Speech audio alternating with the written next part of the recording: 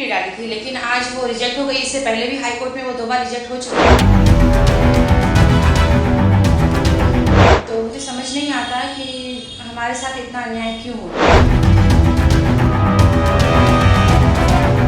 उन्हें इस देश से बाहर निकाल दिया गया, वो मरते दम तक वापस नहीं आ सकते।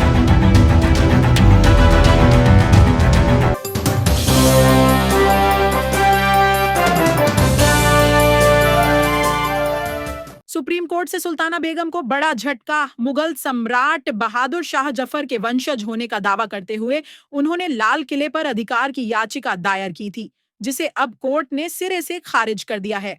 5 मई को मुख्य न्यायाधीश चंद्रचूड़ की अनुपस्थिति में न्यायमूर्ति संजीव खन्ना और न्यायमूर्ति संजय कुमार की पीठ ने यह याचिका खारिज कर दी। याचिकाकर्ता सुल्ताना बेगम ने दावा किया था कि वह बहादुर शाह जफर के परपोते मिर्जा मोहम्मद बेदार बख्त की विधवा हैं और कानूनी उत्तराधिकारी होने के नाते लाल किले पर उनका अधिकार बनता है। लेकिन सुप्रीम कोर्ट ने कहा कि याचिका पूरी तरह से गलत है और इसे स्वीकार नहीं किया जा सकता। दरअसल इससे पहले 13 दिसंबर 2024 को दिल्ली हाईकोर्ट ने भी उनकी याचिका को खारिज कर दिया था, जिसके खिलाफ सुल्ताना बेगम ने अब सुप्रीम कोर्ट में अपील की थी। हमने तो लाल किला का नाम नहीं लिया, ठीक है, क्यों?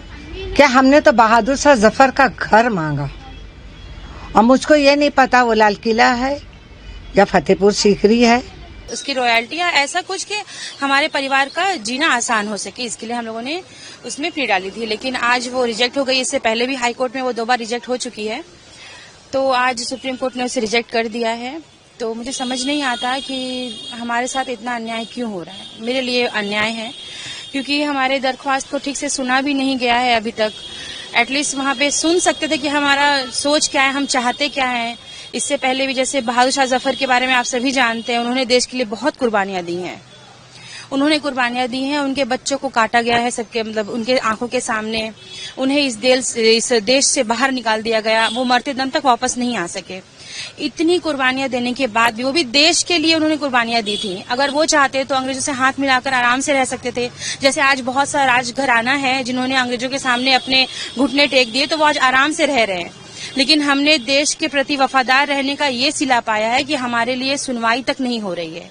सरकार भी हमारी तरफ ध्यान नहीं दे रही है। इससे पहले भी मेरे नाना बेदार बख्त, उन्होंने कई बार सरकार को लिखा है चिट्ठी वगैरह कि हमारे ऊपर ध्यान दिया जाए, पर उनकी चिट्ठी को भी हमेशा ही अनदेखा कर दिया गया है। वो अपने लिए न्याय मांगते मांगते इस दुनिया से चले गए। उसके बाद सुल्ताना जी ने भी कई बार हेल्प मांगी है सरकार से, लेकिन हमारे ऊपर कभी ध्यान नहीं दिया गया है।